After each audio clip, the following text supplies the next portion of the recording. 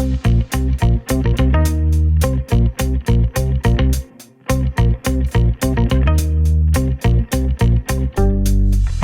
is Companial Soft Talk. Today you're together with myself, Germantas. I'm responsible for exceeding partner expectations in Central and Eastern Europe. And together today I'm joined by my colleague Ronald Hoek, who is responsible for cross-regional sales for our hosting services. Thank you, Germantas. Yeah, my name is Ronald Hoek. I'm a cross-regional engagement manager and I'm helping partners in our regional teams to enable one of our biggest and nicest service, hosting. Great. So today we are going to talk mostly about what's happening in the business application partner ecosystem, what the challenges partners are dealing with, because we can hear many of the partners currently are focusing mostly about adding new customers, explaining them new features. AI is coming on top of that. But maybe from your recent conversations with partners, what do you hear the most? What's on top of their mind?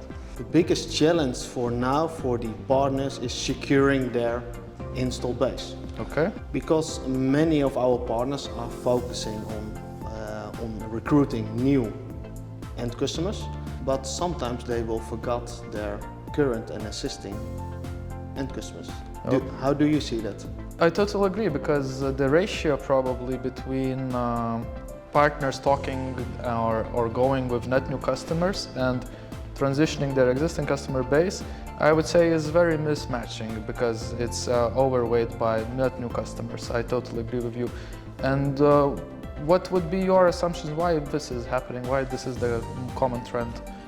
Maybe it's because of Microsoft, because Microsoft of course want to push partners to grow and to grow very fast, and a lot of partners are focusing on Business Central SaaS or on CRM, going straight to cloud, etc. But sometimes they will forget to pay attention to their existing end customers. So I think there is a risk of losing them to the competition, to another ERP competitor or to another Microsoft partner, and it's not necessary. I think you can cover your install base while you grow your business. So you are suggesting that it should be more balanced than currently is, right? Correct. And any best practices, kind of examples to share, and how the partners could address the existing customer base in a better way than maybe we see that they're currently they are doing that? Of course, we have the capacity issue. I think that's a big challenge for partners to maintain their colleagues in the company while they want to grow the business. Do you have examples of those partners? Probably in most of the conversations, 80 to 90% of the time, partners are expressing the capacity challenges that they are facing, and definitely Companial is there to support them. Besides the capacity issues, what else the partners could take in order to support their existing customers? From my point of view, there are many services which a partner can take to pay attention on their existing end customer base. Of course, they need to focus on their core business, and that can be their own IP, that can be their own vertical. And if you don't focus on other things, then of course you will lose sight on that part. Especially on that part, we as Companial can help, of course, with migration service, with our hosting services, with our learning journeys to be up to speed with the latest and greatest news and trainings of Microsoft. From my point of view, you as a partner need to focus on your core business, and if it's not your core business, you can outsource this to companies like us to help secure your business. Okay. Do you agree? Of course, yeah. So I'm happy to hear that we're on the same page, and we really see that how Companial is supporting the partners to support their existing customer base as well. And at the same time, how do you see the risks, by leaving aside the existing customer base and only focusing on adding net new customers? What risks the partners might face if they really leave the situation as is? Yeah, I think to be direct, and I'm Dutch, so I can be direct, is in the end you will lose the end customer. So that means that you will lose money because they will not renew PrEP, or they will not renew their enhancement plan or their subscription license, of course. If they will migrate or will outsource to another ERP system, there's a chance that they will speak with other end customers and they will go as well. In the end, it's a big risk, and it's not that we compete with other Microsoft partners. No, it's that we compete against competing ERP systems like SAP, like Sage, etc. So we need to focus on those competitors instead of each other. To make the pie also bigger, because the pie is big enough for all of us. When you are talking with the partners in your region, are there specific topics which you can highlight? What is on their mind? Previously, it was mostly about the business product maturity, the security, and all the regular stuff. But I believe this have faded away already. The product is mature. Most of the partners have already a lot of experience. They have already developed their products on top of the existing cumulative update, whatever version it is right now, right? It's difficult to follow even. Now they are probably more and more ready to shift the focus back to their existing customer base. And you made a very good point, meaning that if the partner is not really following their end customer expectation, each migration, if they are going to take a new implementation approach, is exposing the risk that any new ERP solution might be selected by the customer, right? How do you see this balance between reactiveness and proactiveness, and what you would advise for the partners to do, how to select the right approach? I see that you need to try to be in control of those conversations. So always try to be in contact with your end customers, try to see and think, hey, where are they heading to? What is their approach? What is their understanding, of course, of the market? Are they growing? Are they maybe quitting, or will they be merged with other customers? Because that's also part of the existing world now. But start the conversation. Have a conversation with the end customer. What is your end goal? What is your plan for the upcoming 1, 2, 3, 4 years? And how can we support and how can we help? I have worked at an ERP system, a local ERP system in the Netherlands, and I know quite some battle cards. And one of the biggest fears on the battle cards against Dynamics is that Microsoft has a roadmap which confused to the route to the cloud. So a lot of confusing is happening over there. Microsoft doesn't have a clear strategy, at least until 1-2 years ago that was the case. Now it's becoming more clear to go to the cloud. But it's still on the battle cards of a lot of our competitors. So at least you need to start that conversation with your end customer. And if you don't start that conversation, you might have a big risk that you will lose that end customer in the end. Great advice to reduce the risk of customer choosing or going some sideways, right? And choosing another ERP system. Meaning that the advice would be to follow and lead the conversation, so they would be already having a plan in place and they would be more aware of what is waiting for us up front, right? Yeah, totally correct. If they are not ready, or you as a partner are not ready, you can always advise or give them a temporary solution. For example, you will host the on-prem installation on a cloud or on a hosting service like the hosting service of Companial, or you can host it by yourself on Azure. So you will secure your base, while on the other hand you will grow your business by net new end customers, for example, on Business Central SaaS.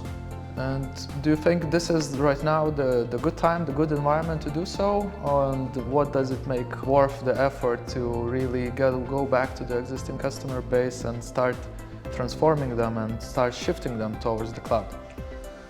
Yeah, I think this is already being on for a couple years. So it's always a good time to have conversations with your end customers, because if you don't have that conversation, you will lose grip on your end customers, and you don't know if there maybe also is an upsell opportunity. Maybe you are selling Business Central, and maybe there's also a need for CRM, for customer engagement. Maybe you can find some gap fillers with Power Platform. So I really want to advise all the partners, please start that conversation with your end customer, because if you won't start that conversation, the competition will do. Yeah. Also, you pointed out an additional valid point that the product maturity is there. It's enriched with extra features, extra functionalities which are built in the Business Central or even F&O, right? The Power Platform, Power Automate, Power Apps, Power Pages. Also now attached licensing is possible to make it more appealing for the end customer to add a workload such as customer engagement, sales, it could be customer service application and so on. So it really broadens the horizon. It's not anymore ERP system as a standalone project, but also when talking to the customer, when leading the transformation, the partners we would advise to add a broader perspective, broader layer. The customer would understand why to make the change, right? Valid point from my point of view. A couple of years ago, Microsoft was pitching that they want to lower down the silos between all those systems. And now you see that silos are almost gone, because as a partner you can offer ERP with Business Central, with finance supply chain management. You can offer customer engagement, you can offer Power Platform, you can offer AI, you can offer CRM in combination with Copilot, for example. So all type of things you could offer and add your own value on top of that, so you won't lose your end customer that fast. But I'm curious, Germantas, you have worked at Microsoft a couple of years ago. How do you feel and see that Microsoft is supporting their partners at this moment? First of all, there is an opportunity to utilize special Microsoft promotion and special pricing available to end customers to migrate their existing customer base, which is available for a limited period of time until end of the next year, especially for the customers who are currently on enhancement plan or BREP, however you name it. There is opportunity to really use that momentum and help them to do that. Also, Microsoft have just released, starting from October 1st, new incentive scheme. Especially for Business Central, there have never been better incentives than currently. So for the partner, there is extra motivation really not to wait and sit for something, but really to utilize that momentum and utilize that opportunity. And last but not least as well, Microsoft are now investing into pre-sale motions to the partners, that they are funding and supporting value assessments together with the customers they can do, and in order to make their transition more smoother, they are supporting and monetizing and funding the workshops that you as a partner could do together with your end customer and explain them the value. So basically this is the really great opportunity and a good time to move faster, and Microsoft is very much supporting that, and haven't even talked about the product investments into the product, into expansion of the features and functionalities and so on. Of course, a partner can add value with their own IP. Do you see also other stuff which a partner can add on top of that to secure their base?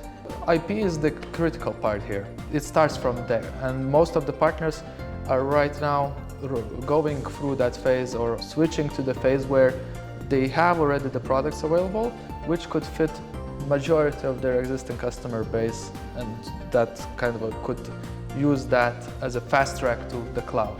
So basically the partners are getting there, and the pace and the shift between focus towards only new customers and not maybe and being less proactive with existing customer base, the dynamics is shifting, and will start shifting until we see, because there is a massive opportunity in existing customer base, a lot of potential services revenue as well there, but simply, as you said, there's also risks attached to it, and partners needs to address that. Totally true. And of course, we are investing in partners also to organize these type of soft talks. So it's also a commercial part.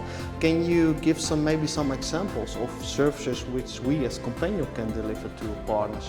Definitely start with reaching out to us. That's one critical part, right? Good point. If addressing the existing customer base, we are talking about the upgrade analyzer tool to begin with. We are talking about migration assessments, right? And available for CRM, for F&O, for BC, and so on. And then what happens once you migrate the existing customer, right? So if they are ready to go to the cloud, let's take them to the cloud. If they are not ready to the cloud, we can support them with hosting services. And at the same time, if they go to the cloud, you as a partner and the partners will be required to maintain them those. So we can provide also services through our partners to support the solution maintenance as well. That you as a partner could sustainably grow the business and not worry about getting stuck with supporting all existing customer base. Yeah, I think all those examples are great. Did I miss anything, Ronald? Yeah, you mentioned a lot, so I don't think you missed anything. And we are there as Companial, as a local team inside of the country of the partner to support them, of course. So if you don't know where to go, please reach out to your local contact person, to your partner success manager, to the regional lead of that region. Yeah, and we will definitely help you better on that. So thank you, Ronald, for the conversation. We do believe that we brought value to the listeners, and stay tuned for any other episodes coming from us. And this was Companial Soft Talk.